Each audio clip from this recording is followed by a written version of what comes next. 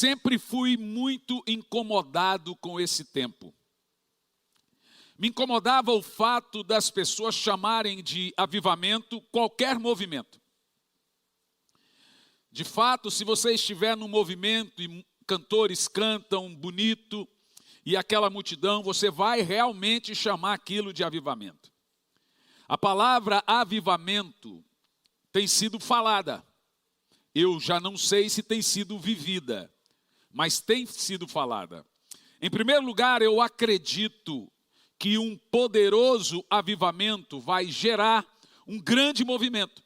Avivamento vai gerar movimentos, mas nem todo movimento é de fato um avivamento. Nem toda multidão é de fato um avivamento. Nem todo movimento é de fato um avivamento. Então nós vamos olhar para a Bíblia Sagrada e para a história e ali encontrar características de um poderoso avivamento. O que quero nessa noite é que todo mundo aqui saia sabendo discernir o que é um mover de Deus de fato, o que é uma atividade do Espírito Santo de fato, ou aquilo que muitos gostam de chamar despertamento espiritual. Para nós entendermos o que é um mover do Espírito Santo totalmente genuíno, nós precisamos usar duas coisas: a história e a Bíblia. E se nós encontrarmos um padrão comum na história e também na Bíblia, vamos saber o que é um grande, poderoso e potentoso avivamento. Uma coisa é verdade: nós precisamos urgentemente de um despertamento espiritual. E se eu puder lhe dizer o que é um avivamento, imagine você uma planta murchando, perdendo a cor do verde, ficando cinza, e murchando até morrer. O que você tem que fazer com essa flor? Você tem que pegar água e voltar a regar ela volta de uma forma ainda um pouco demorada a recuperar a sua coloração do verde. Avivamento é justamente isso. Avivamento é ressuscitar essa flor. É a ideia de Deus despertar os crentes que perderam o primeiro amor, perderam a sensação de vida, perderam a sensação de Cristo, perderam Jesus de vista. Então o Senhor precisa vir e avivar o seu povo. Eu estava pregando nesse domingo à noite, justamente uma mensagem de avivamento. Eu disse: eu estou preso nisso. E eu tenho perguntado ao Senhor: por que o Senhor tem me levado a insistir com o tema? Ele falou: porque ainda não chegou. Quando o avivamento tiver, talvez eu deixe você mudar. Joel pregou 78 anos a mesma mensagem. Abacuque pregou 92 anos a mesma mensagem. Então, João Batista, a Bíblia diz que ele pregava no deserto para que o povo se arrependesse, a mesma mensagem. E talvez você entende que isso se torna cansativo. Não vai se tornar cansativo, porque não se tornou cansativo o pecado. Então a mensagem de despertamento espiritual, do genuíno e verdadeiro avivamento, deve ser ensinada, deve ser pregada até que todos entendam. Porque a partir do momento que todos entenderem, vão buscar de uma forma bíblica o verdadeiro avivamento. Vamos ver aqui 4 características de um verdadeiro avivamento, de uma coisa bíblica. Primeira característica de um bíblico e genuíno avivamento, avivamento à maneira de Deus. Todo avivamento vem para gerar uma vida de retidão e santidade. Eu afirmo aos irmãos que todo avivamento trará um nível de temor sobrenatural e levará essas pessoas que estão ouvindo a palavra a uma busca por santidade. Quando o Espírito Santo nos visita, a primeira coisa que nós iremos querer é nos separarmos para Deus. Não há avivamento sem busca de santidade. Aqui, esse ponto aqui, você já descarta pelo menos uns 60% dos eventos e movimentos na igreja. Já que avivamento vai gerar uma busca por santidade, uma separação a Deus, eu pergunto, quantos eventos que são feitos que a pessoa sai dali com vontade de se santificar para Deus? Olha o que diz o texto, segundo Crônicas 7:14. Nós temos aqui 7 questões importantes para o avivamento e são 7 exigências e 3 bênçãos de um avivamento. Quando nós lermos esse texto com detalhe, você vai perceber. E se o meu povo, pensa o seguinte, Deus não abre mão desse padrão. Pensa só. Deus não abre mão desse padrão, não tem nada de errado os movimentos, se não é carnal, não tem nenhum problema. Mas para ser um movimento chamado avivamento ou despertamento espiritual, ele deve ter essas características aqui. Deus não abre mão disso, ele diz, se o meu povo, que se chama pelo meu nome, começa, se humilhar. Por que se humilhar está em primeiro lugar? Porque a coisa mais difícil que existe é uma pessoa se humilhar. Você nunca vai ver na Bíblia Deus dizendo que vai humilhar você. Eis uma coisa que Deus não vai fazer, te humilhar. Ele espera que você faça isso. Ele espera que você se humilhe. Notem o texto, não é eu vou humilhar as pessoas. O texto é se humilhem. Se humilhar, orar, buscar a minha face, se converter dos seus maus caminhos. São 4 exigências para vivermos um verdadeiro avivamento. Observem bem, senhoras e senhores. Se humilhar, orar, se converter dos seus maus caminhos, buscar a minha face. Deus não vai abrir mão disso. Esse é um texto conhecido por todos, mas você deve se perguntar se esses termos estão acontecendo no seio da igreja. Aí nós temos as 3 bênçãos depois das exigências. Então, eu ouvirei dos céus, perdoarei os seus pecados e sararei a sua terra. Está aqui o avivamento. Depois o Senhor vê você praticar as exigências que Ele impõe para vivermos um verdadeiro avivamento. Depois dele ver que você praticou isso, que é se humilhar, orar, buscar a minha face, se converter de seus maus caminhos, depois disso, aí Ele promete ouvir dos céus, perdoar os seus pecados e sarar a sua terra. Então vai por mim. Você pode juntar a multidão que você quiser. Você pode pôr 20.000 pessoas num lugar, 10.000 pessoas num lugar. Você pode pôr 100.000 pessoas num lugar. Essas exigências aqui de Deus, Ele não abre mão. Tem que ter um momento de humilhação, tem que ter um momento de santificação. Então, em primeiro lugar, todo avivamento vem para gerar uma vida de retidão e santidade a Deus. Todo avivamento na Bíblia se via o povo voltando ao Senhor com inteireza de coração, e a isso a Bíblia chama de santidade.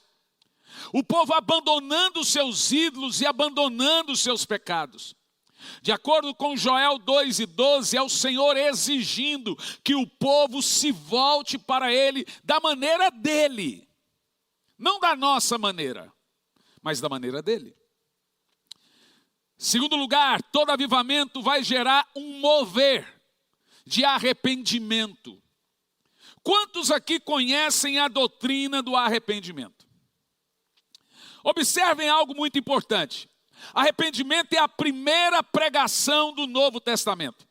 Vem antes de amor, misericórdia, graça, perdão, antes de qualquer outra pregação. Ali está a mensagem de arrependimento.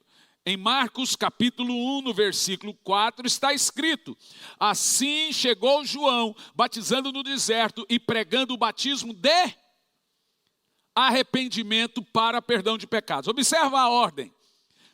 Arrependimento para perdão de pecados. Não é pregando para o povo pedir perdão de pecados para receber perdão de pecados.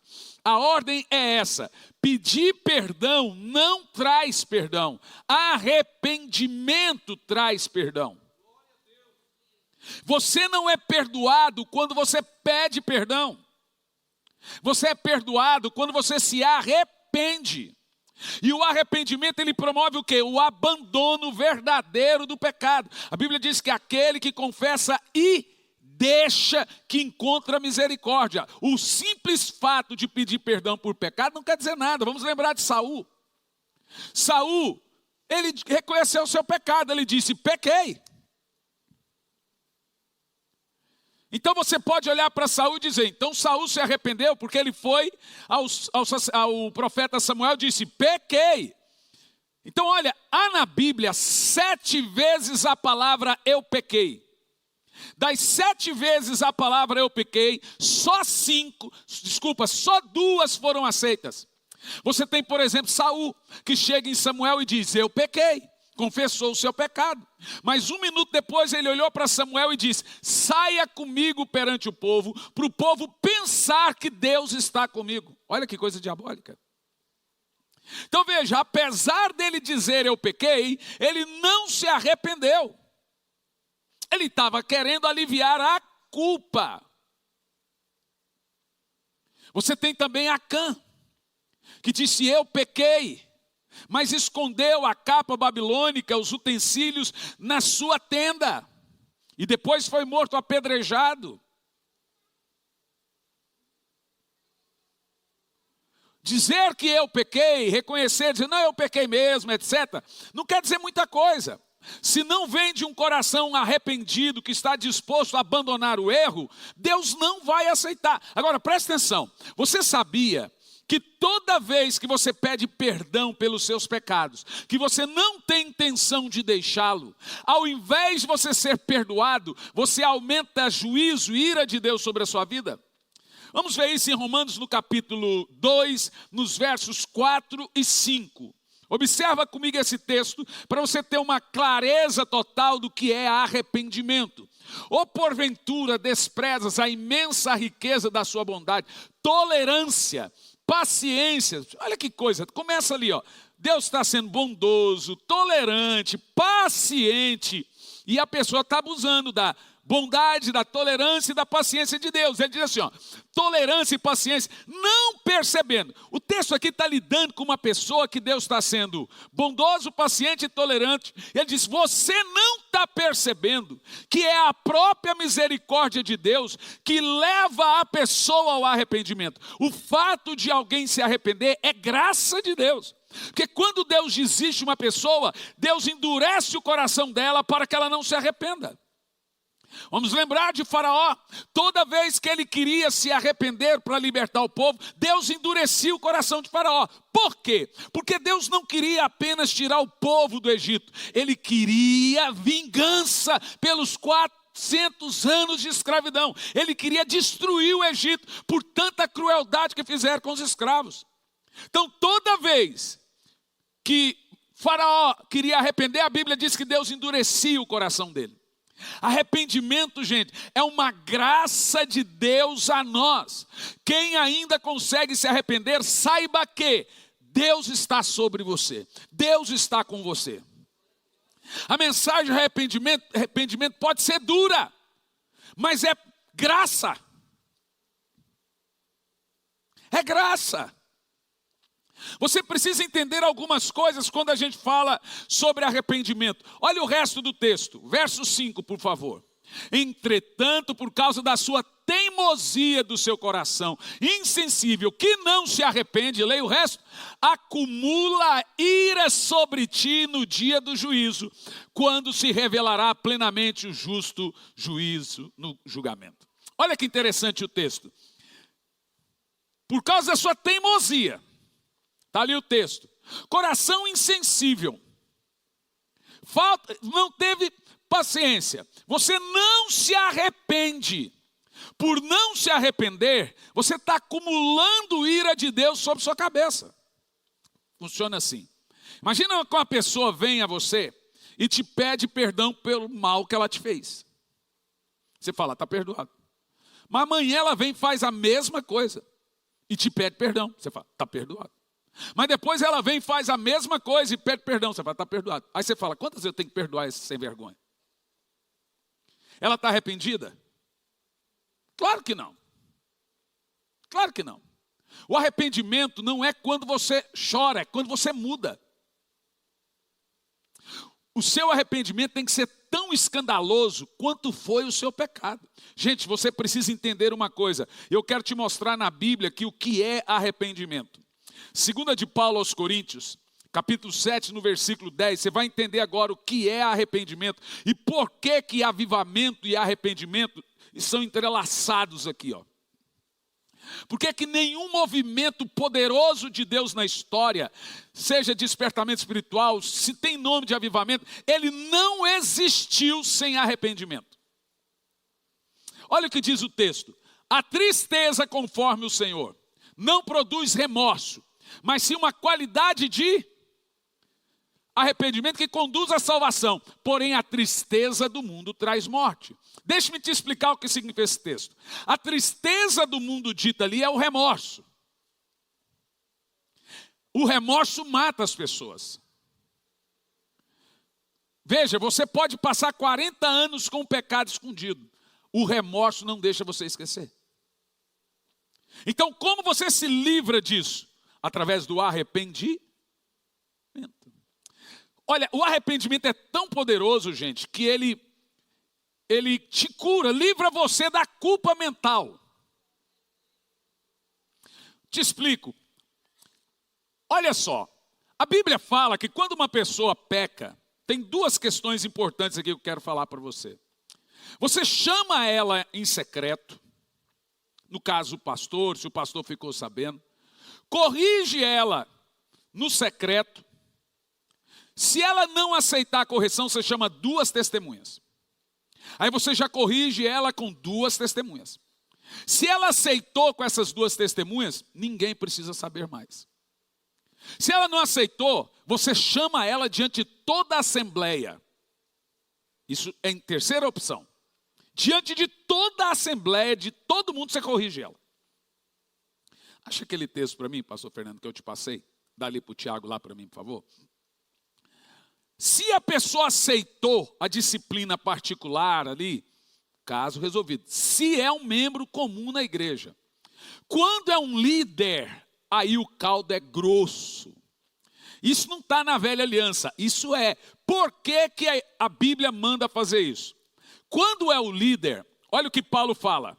Se um presbítero, que é o mesmo pastor, um líder, um irmão da igreja cair em pecado, ela já pula as outras opções. Chame ele diante de todo mundo e o repreenda para que os demais temam.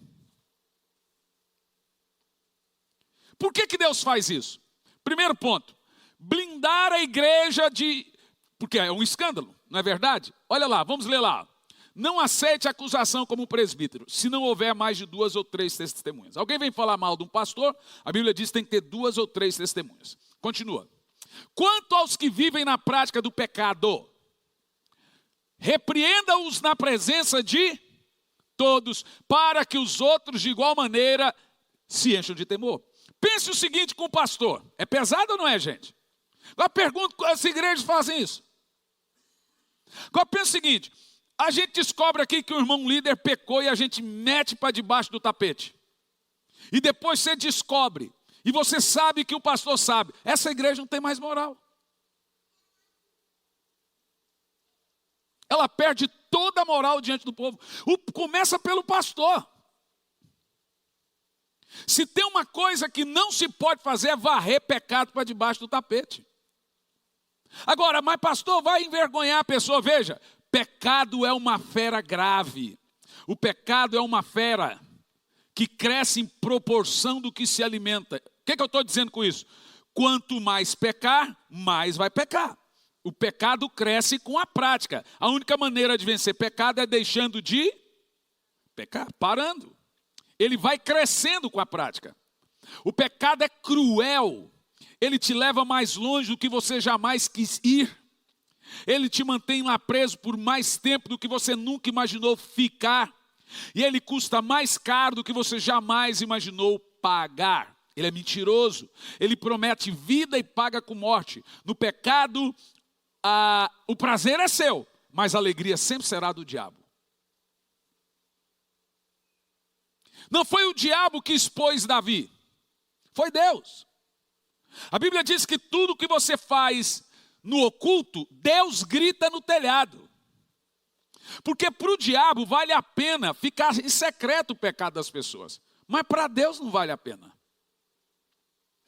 Quando nós disciplinamos um líder que peca, a nossa esperança é que haja arrependimento, que ele seja recuperado e depois volte a pregar ou trabalhar para Deus. Mas quando tem líder nosso que peca, primeira coisa que a gente faz, eu no caso faço, olha, saiba que o que você fez não é como um membro comum fazer. A Bíblia diz que o membro você lida de um jeito, o líder de outro. Então você sabe que você vai diante da igreja, você vai pedir perdão. Mas por quê? Porque logo vem a fofoca, meu filho. Quando você chega, gente, eu errei, gente, eu pequei, você acaba com qualquer fofoca. A Bíblia é perfeita. E as pessoas têm que entender que não se pode brincar com o pecado. Ele vai te humilhar, ele vai destruir seu casamento, ele vai destruir sua vida, você vai ser humilhado. Antes de entrar no pecado, você tem que entender que o pecado vai destruir você. Você ficará envergonhado perante a sociedade, perante seus amigos, diante da esposa, diante dos filhos, diante de todo mundo. O pecado moral é uma desgraça. Sabe o que mais me entristece nos dias de hoje? É que o pecado entrou na igreja, na esfera da igreja, assim, de uma maneira avassaladora. Eu estava comentando com os pastores nesse final de semana, eu estou assustado com as notícias que chegam nos meus ouvidos. Isso porque eu tenho 25 anos de ministério, gente.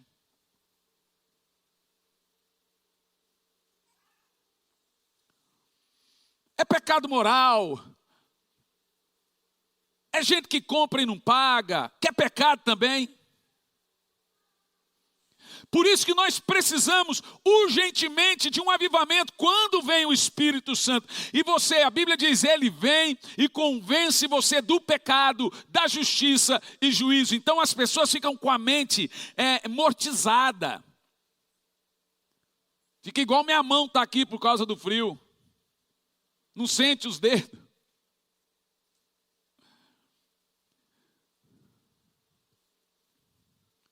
Está ali, ó. Sabe de uma coisa? Imagina o seguinte. Vou eu, pastora Elisandra, pastor Fernando e pastora Sil, vamos almoçar no Madalosso. Pastor Fernando que paga.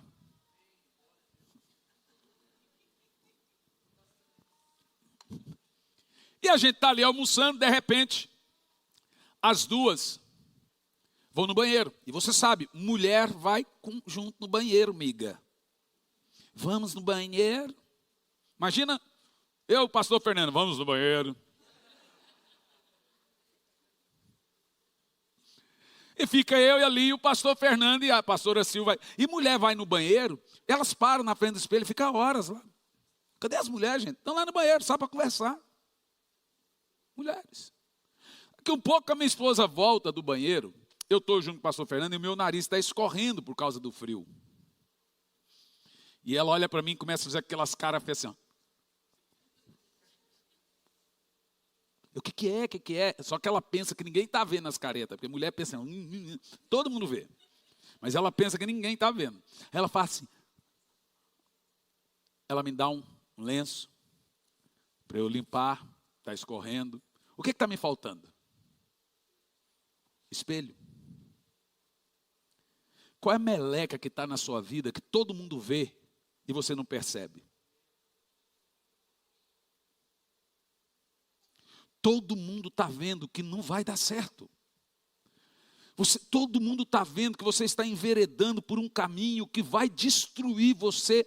Quando chegar lá na frente, você vai dizer assim, tem saudade dos meus filhos, tem saudade da minha ex-mulher, saudade do meu ex-mulher. Qual é a meleca na sua vida? Todo mundo está vendo e você não percebe. E as pessoas fazem as coisas escondidas, depois, a hora que explode, Elas vêm desesperadas. Uma vez, um pastor de uma de nossas igrejas aí no interior do Brasil estava traindo a esposa. E a esposa dele me ligou. Isso era 1h da manhã. Pastor, eu preciso te contar que fulano está com amante. Não foi ele que me ligou. Eu falei, você está de brinques. É brincadeira? Não. Eu peguei, tenho aqui, tirei foto e etc. E foi mandando para mim no meu celular. E eu e a minha esposa ali deitados na cama, falei assim, cadê ele? Ele não está aqui, está com a amante. No outro dia eu fui falar com ele, ele disse assim, falei, você precisa confessar tudo para sua esposa. Ele falou, se eu confessar, meu casamento acaba. Eu falei, já acabou. Você pensa que ela não sabe, mas seu casamento já acabou. Mas se eu fizer isso, eu vou acabar com o meu ministério. Eu falei, meu filho, eu não dormi com mulher de ninguém. O senhor vai acabar comigo. Se o senhor me expor desse jeito, eu falei assim, você devia ter pensado nisso antes de se enveredar no pecado. Igreja não é brincadeira. Igreja não é um parquinho. Isso aqui é coisa séria. Nós estamos lidando com a alma das pessoas. Você precisa entender isso. Por que o avivamento precisa vir, gente? O avivamento não precisa vir só para a gente pular, não. Isso é tudo muito bom. Ele precisa vir justamente para purificar a igreja. Para sarar essa igreja que está cheia de falsos profetas de um lado, adúlteros do outro lado, mentirosos do outro lado, gente que... Todos nós temos pecados. O problema é que tem gente que não quer se arrepender.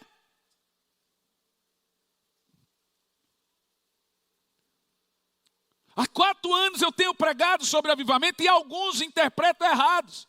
Vem aqui na igreja para você fazer um movimento. Eu falei, quê? Entendeu nada? O que nós precisamos é de um batismo de fogo para purificar a igreja, preparar ela para o noivo. Deixar as suas vestes brancas. Jesus não vai voltar para uma viúva. Ele vai voltar para uma virgem.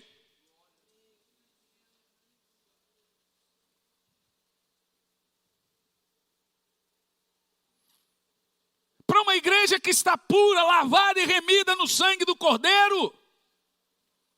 E Ele está esperando essa santificação da sua igreja. Ele está aguardando que a igreja dele busque o fogo do alto.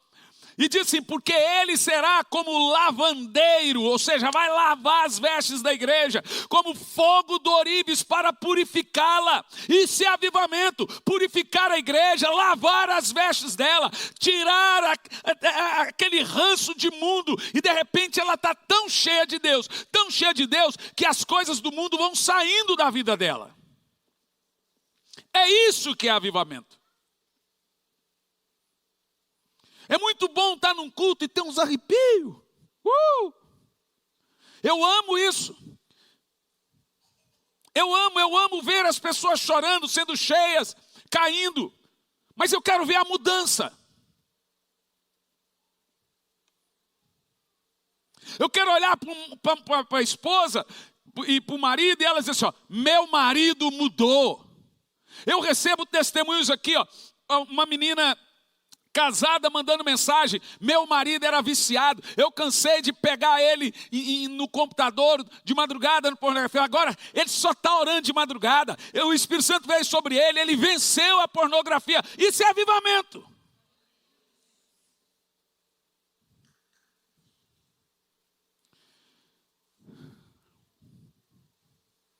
Mas pastor, a mensagem de arrependimento, ela ofende as pessoas, de fato. Mas as pessoas passam a vida ofendendo a Deus com seus pecados. Deixa que se ofenda por um pouco. Elas passam a vida ofendendo a Deus com seus pecados e não querem ser ofendidas pela verdade.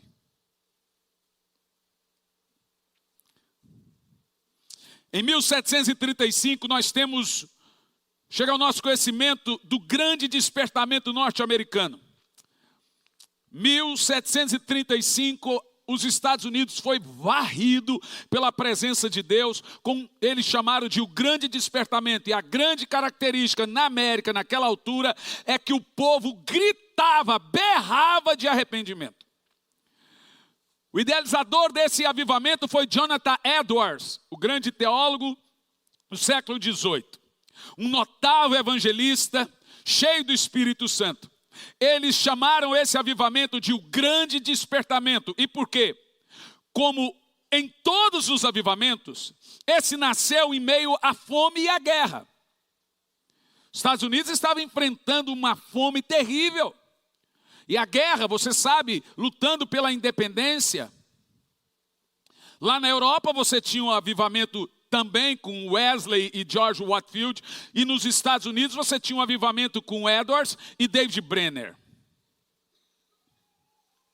As características desse avivamento ele nasce da guerra, do desespero das pessoas, e Jonathan Edwards se levanta para pregar. Existe uma coisa muito sobrenatural nesse avivamento do grande despertamento em 1735. Porque a grande característica desse avivamento foi a famosa pregação de arrependimento de Jonathan Edwards por título Pecadores nas mãos de um Deus irado. O cara ganhou o país todo com essa mensagem. Mas olha o título da mensagem. Pecadores nas mãos de um Deus irado. Gente, nós perdemos a ideia, eu li para você alguns textos aqui, de que Deus também julga, que Deus também disciplina, que Deus também se ira. O mesmo Deus que é amor é também fogo consumidor. Do tanto que ele é amor, ele também é fogo consumidor. Nós perdemos a ideia da disciplina de Deus, dos juízos de Deus. E o avivamento ele vem corrigir essa rota, trazer um conceito bíblico e verdadeiro e chamar o povo, voltem-se para mim, diz o Senhor. Arrependa-se, quem é adúltero, deixe o adultério. Quem é viciado em pornografia, deixe a pornografia. Quem está em pecado, arrependa-se, procura a sua esposa, peça perdão, olha para os seus filhos, os testemunhos que você está dando para os seus filhos. Não pense você, mas ninguém sabe do que eu estou fazendo. Gente do céu, quem não deveria saber de fato é o único que sabe. Você não tem noção. Então quando a pessoa vem para mim e diz, só Deus pode me julgar, e você não tem medo disso não? Só o fato de você dizer, só Deus pode me julgar, já me treme as pernas. Ele, que tudo vê, só o fato de dizer, só Deus pode me julgar, já me deixa com medo.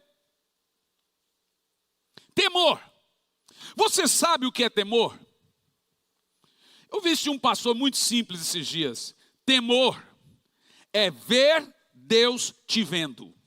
Vou dizer de novo. Temor não é saber que Deus vê. Veja. Existe uma diferença do meu filho, pastor Jean, usar a Isabela que já é criança, né? Já chegou a hora de parar de usar o Jean como exemplo.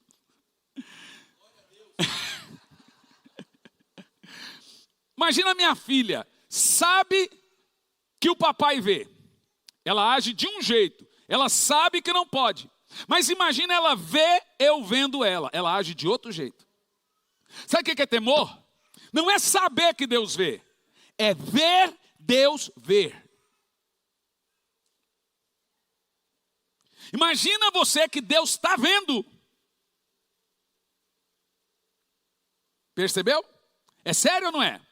Isso é temor. Então, esse avivamento nos Estados Unidos em 1735, dentro da famosa pregação, é a pregação mais famosa de todos os tempos, por título, Pecadores nas mãos de um Deus irado. Foi a partir desse sermão que os Estados Unidos pegou fogo. Os relatos que nós temos é que as pessoas, olha só, caíam no chão aos gritos, se arrependendo de seus pecados.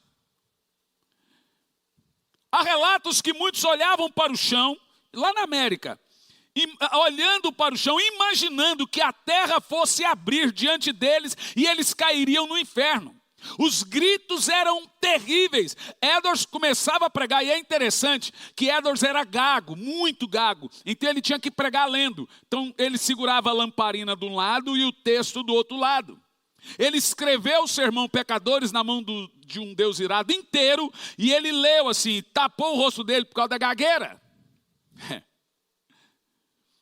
Ele leu o sermão. Todo mundo caía no chão aos prantos, aos gritos. Pensava que a terra ia abrir. Gente gritava, para de pregar, pelo amor de Deus.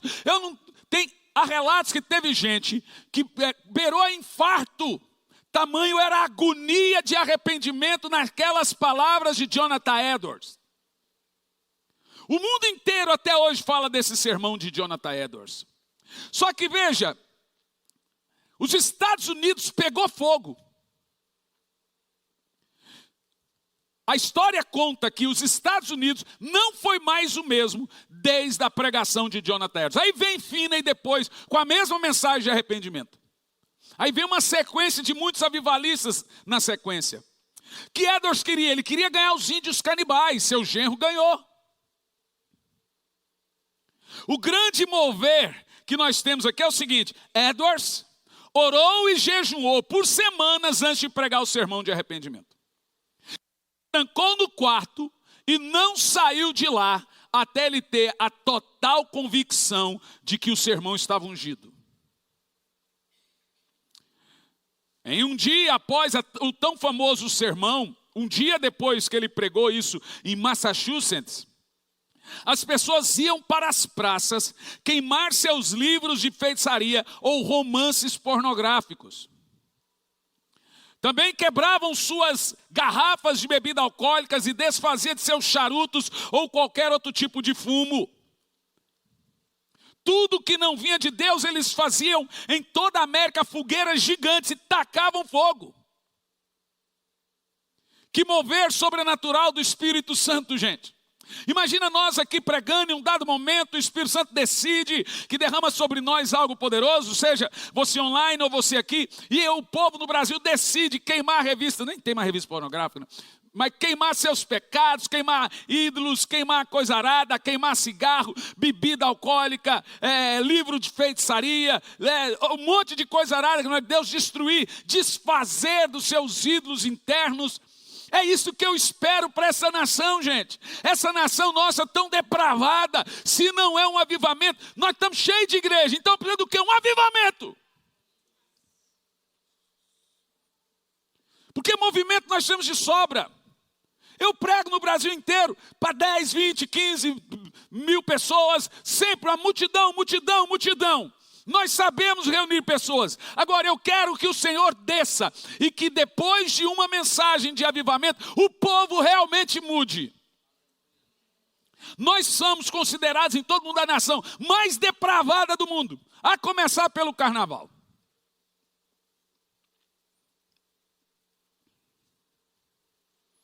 Nossas mulheres são julgadas fora do Brasil por causa da prostituição. Se você viaja aí, é brasileira, eles já pensam que é prostituta. Se é homem, já pensa que é traficante. Meu Deus, já me pararam em imigração demais. Jogar roupa, jogar tudo no chão. Lá na Argentina agora, jogaram os livros tudo no chão. Veio do Brasil? É droga.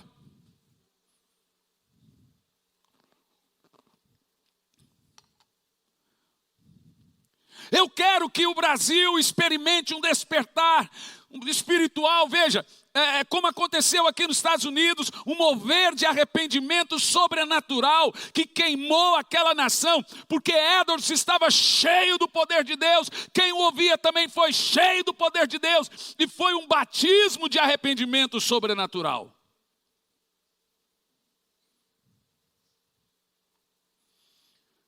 Foi verdadeiramente um mover de arrependimento, o que caracterizou o avivamento de Jonathan Edwards.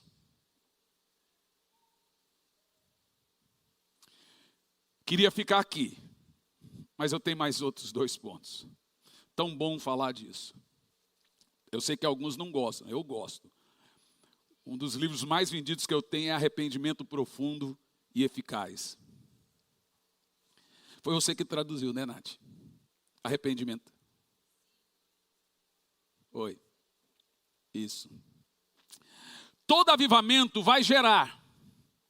Vamos lá. Eu estou falando para você que tem avivamento, cada um com suas características. Por exemplo, o avivamento de Wesley tinha característica na santidade, na piedade. E ele pregou sobre isso na Inglaterra. Então as pessoas sentiram o desejo de se separar para Deus. O avivamento de Edwards foi um avivamento que trouxe arrependimento. As pessoas se arrependiam pelas coisas ocultas. Trouxe sobre os Estados Unidos um batismo de abandono de pecado. Agora, todo avivamento também vai gerar um movimento de oração. Existe algo interessante na oração que eu gostaria de falar com você aqui. Dentro desse contexto das 4 características de um genuíno bíblico avivamento. E também nós temos a história que nos respalda e temos a Bíblia que nos respalda. Se na Bíblia nós temos isso, e a história dos avivamentos temos isso, eu acredito que uma dessas 4 questões, ou as 4 juntas, vai vir sobre o Brasil. Quem ama a sua nação? Você deve sentir esse fato, você deve pedir por isso. Sabe por quê, meus irmãos? Se não vier um avivamento em nossa nação, a geração inteirinha se perde. Toda geração precisa ter uma visitação de Deus. E aí, tá nossos filhos, netos, sobrinhos.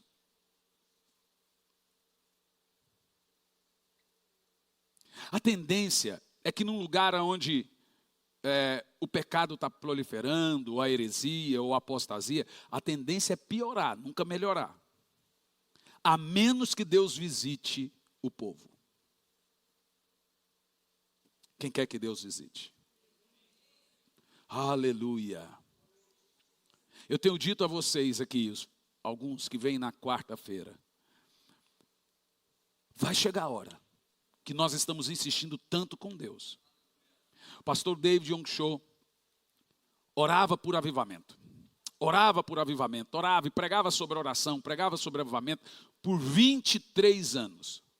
Até que um presbítero pediu uma reunião, fez uma reunião e falaram para ele: pastor, o senhor precisa parar de pregar só isso.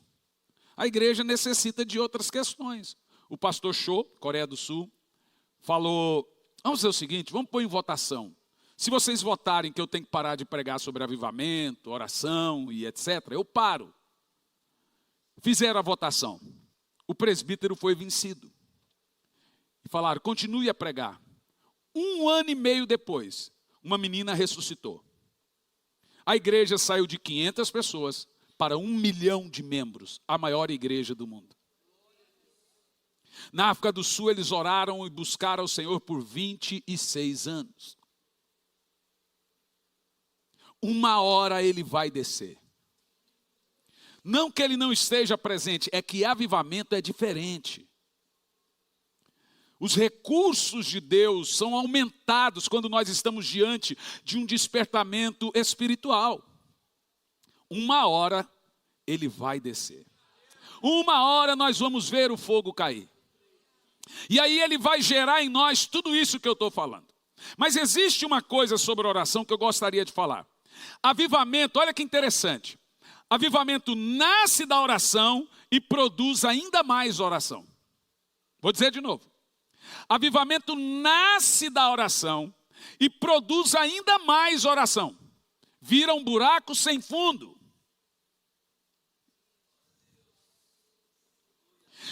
Para ter avivamento, tem que ter gente orando e clamando. Insistente, a Bíblia diz que o povo insistia no Pentecoste. Eles oravam insistentemente. Você vai ver que tinha uma multidão, depois 500 pessoas, depois ficou 120 pessoas orando. E foi no meio dessas 120 que o fogo desceu, o batismo de fogo, o Espírito Santo desceu. Preste comigo muita atenção no que eu estou falando. Se o Senhor disse que sua casa seria chamada casa de oração, Que lugar mais importante para Deus teríamos do que o lugar da oração? Se a casa dele é casa de oração, que coisa mais importante para Deus existe do que a oração? Na batalha espiritual de todas as armas, a oração é o que mais fere o diabo. Por que avivamento vem da oração? Porque em oração você cala o inimigo do avivamento. A oração é a arma produtora de avivamento.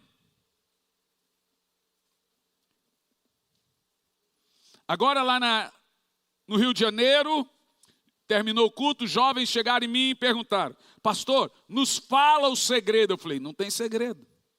Vocês têm que orar. Não, a gente já ora. Eu falei assim: então vocês têm que orar mais. Se você ainda não recebeu, é porque a sua oração não foi o suficiente. Vale ressaltar o William Seymour. Ele orava 5 horas por dia. Porque é o seguinte, gente. Não quero colocar nas suas costas um peso para orar 10 horas, 5 horas, etc. Se orar 1 hora por dia, Deus vai amar isso. Mas se você quiser algo sobrenatural, você tem que fazer coisas além de 1 hora por dia.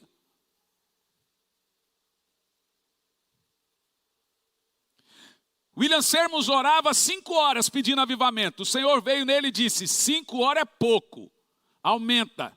Para o que você quer ganhar o mundo orando pouco. Sabe, a oração, 1 hora, tá, aquele dia meio custoso ali, 30 minutos, ela tem um efeito poderoso. A Bíblia fala que o Senhor espera que você ore assim. Mas tem gente que quer alcançar algo sem medida. Ele quer viver o mundo do sobrenatural, ele quer levantar o paralítico, ele quer curar o cego, ele quer avivamento, não sei o quê. Então tem que aumentar.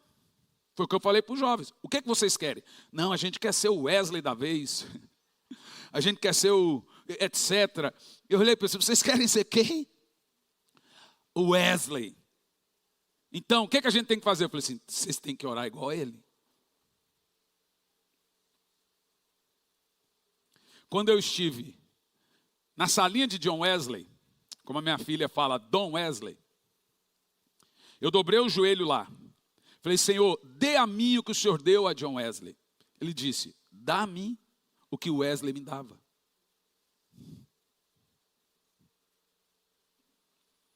Você pode alcançar muita coisa. Agora você vai pedir uma coisa para Deus que foi conquistado com o preço daquele irmão que pagou. Você quer aquilo sem pagar o preço que ele pagou? Não vai, querido. Entendeu o que eu estou falando ou não? Não vai. Não será tremendo você olhar para mim, vocês aqui?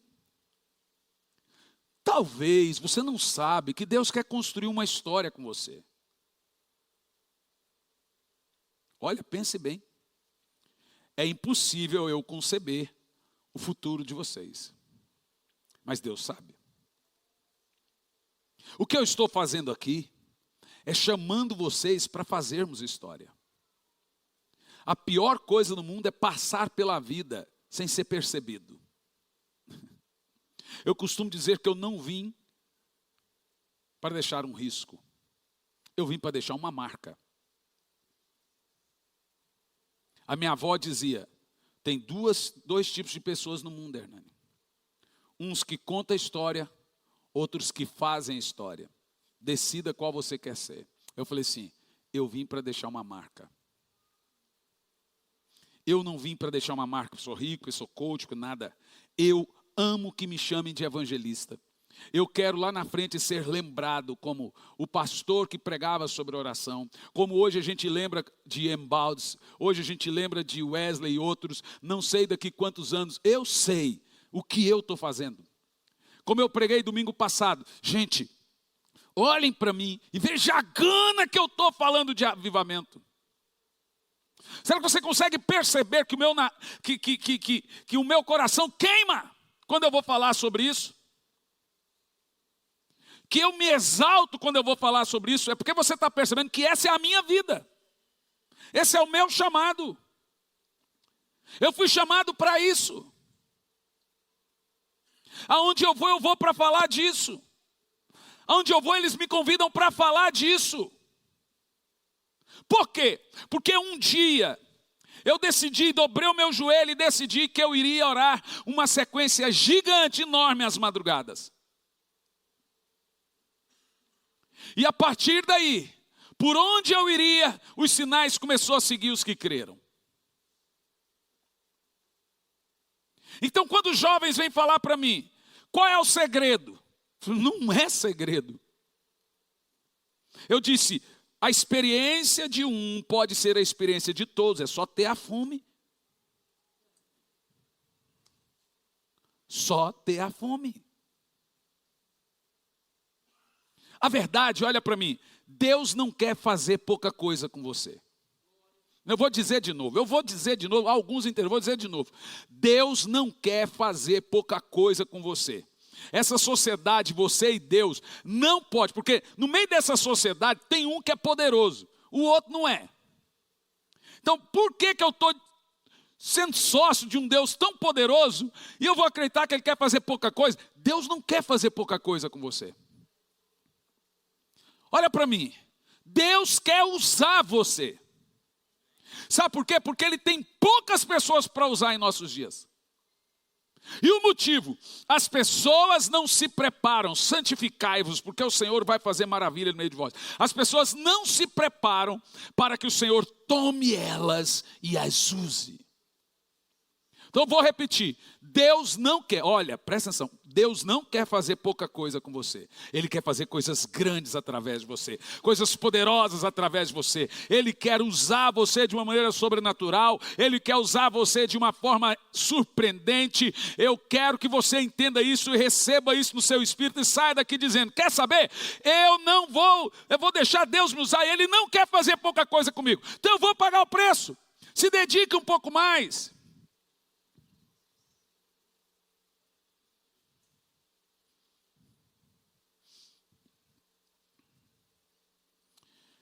Aleluia, aleluia.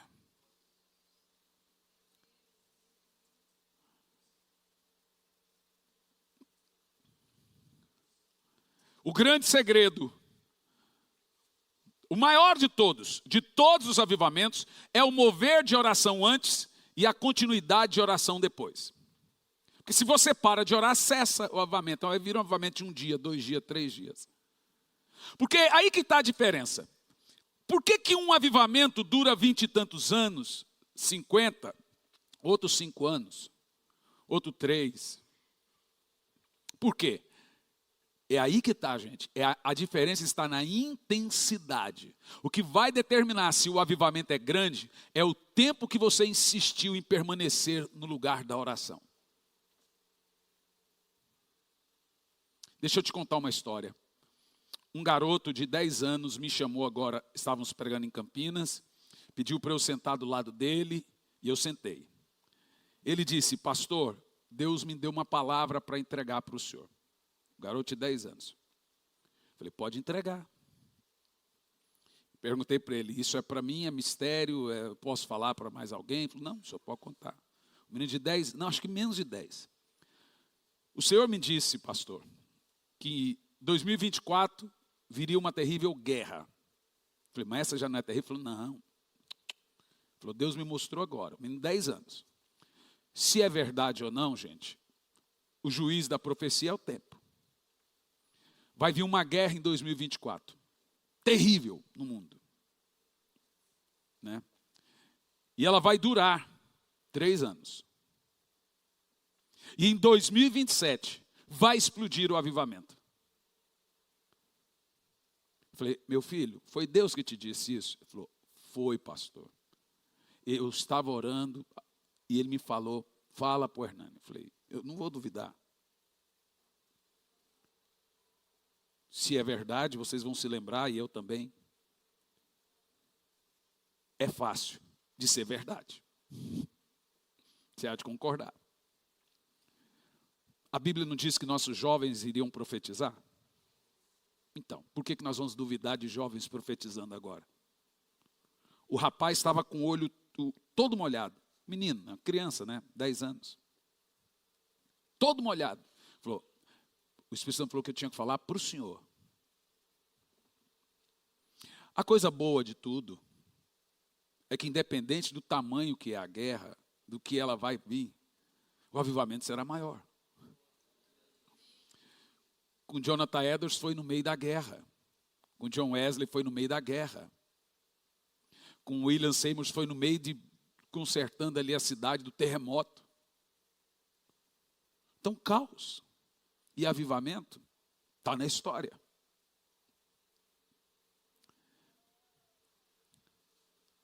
Isso nos leva ao quarto e último ponto. Todo avivamento, presta atenção. Vamos lá. Todo avivamento vai gerar um movimento de santidade. Todo avivamento vai gerar um movimento de arrependimento. Todo avivamento vai gerar um movimento de oração. Ele vem da oração e gera um movimento de oração. Em quarto lugar, todo avivamento derramará um sobrenatural batismo de fogo. Deixe-me te explicar isso. Lucas 3:16, presta atenção. Isso é muito importante. Eu quero vibração. Porque agora nós entramos numa parte dos avivamentos, que é a parte dos sinais, que é a parte das manifestações, daquilo que normalmente deve acontecer. Então, sim, independente do tipo do avivamento, ele vai ter manifestações do Espírito Santo, porque o Espírito Santo é o agente do avivamento. Em Lucas 3:16 diz: então João esclareceu a todos: eu de fato vos batizo com água, entretanto chegará alguém mais poderoso do que eu, tanto que eu não sou digno sequer de desamarrar as suas correias, das suas sandálias. Agora, olha que coisa interessante. Ele vos batizará com o Espírito Santo e com fogo. Não é com o Espírito Santo ou fogo. Tipo assim, nós temos irmãos aí que não acreditam nesse batismo de fogo. Eles dizem que batismo com o Espírito Santo e o batismo de fogo é a mesma coisa. Não, não é. Ali está dizendo com o Espírito Santo e com fogo. É duas coisas distintas. Quem está entendendo o que eu estou falando? Não importa a quantidade de água que usamos no batismo. O batizado ainda continuará seco se não receber o fogo do Espírito Santo. A água lava o exterior. O fogo depura as entranhas. O fogo queima por dentro. É o que eu disse alguns minutos atrás. Que o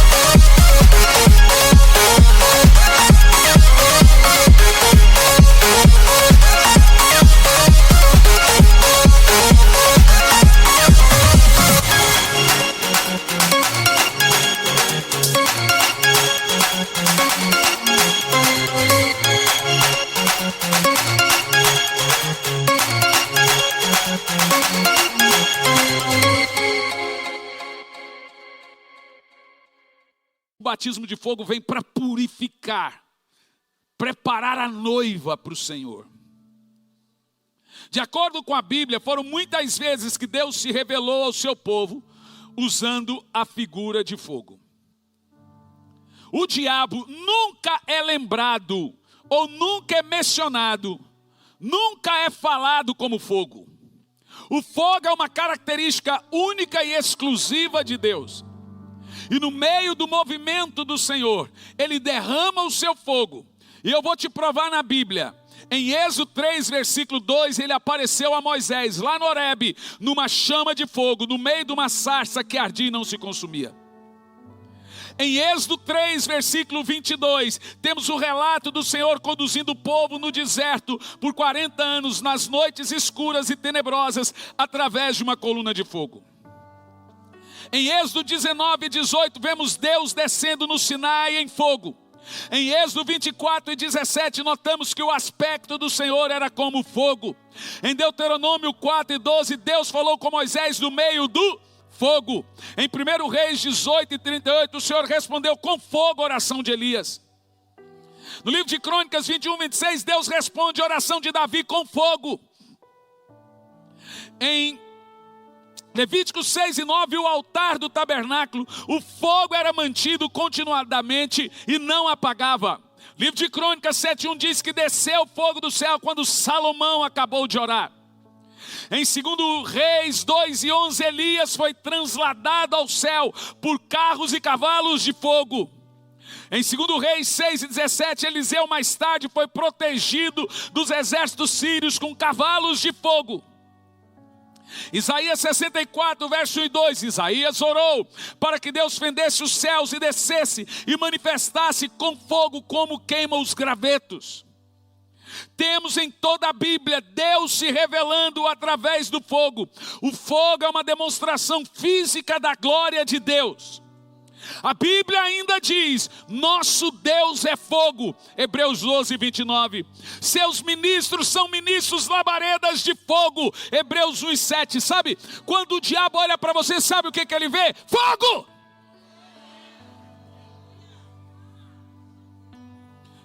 O diabo não vê uma pessoa, ele vê labareda, diz aqui o texto, labareda de fogo, está cheio.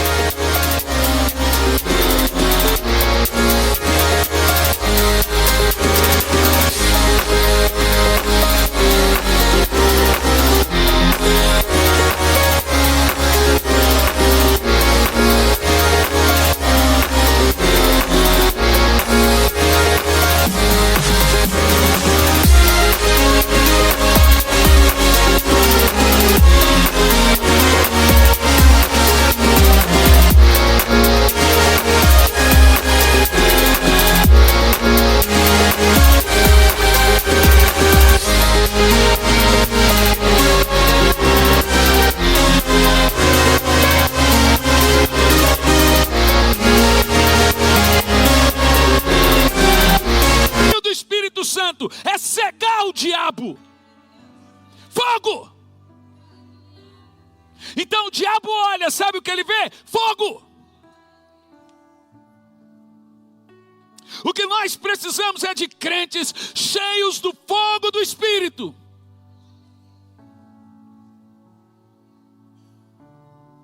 Eu amo isso. Quando você vai para o seu lugar de oração e você vai buscar Deus, o que toma você é fogo.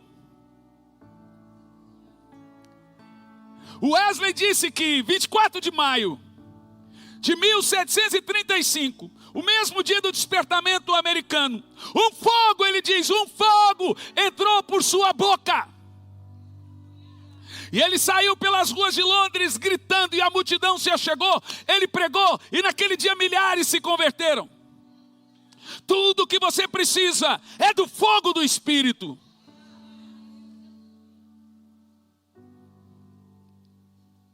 O trono de Deus é fogo. Daniel 7:9. A palavra de Deus é fogo. Jeremias 23:29. O amor de Deus é fogo. Cantares 8, versículo 6. E ainda no Novo Testamento tem mais. Jesus batiza com fogo. Mateus 3:11. O Espírito Santo desceu no dia de Pentecoste com línguas de fogo. Atos 2 e 3. E a Bíblia ainda diz que os seus olhos são como chamas de fogo.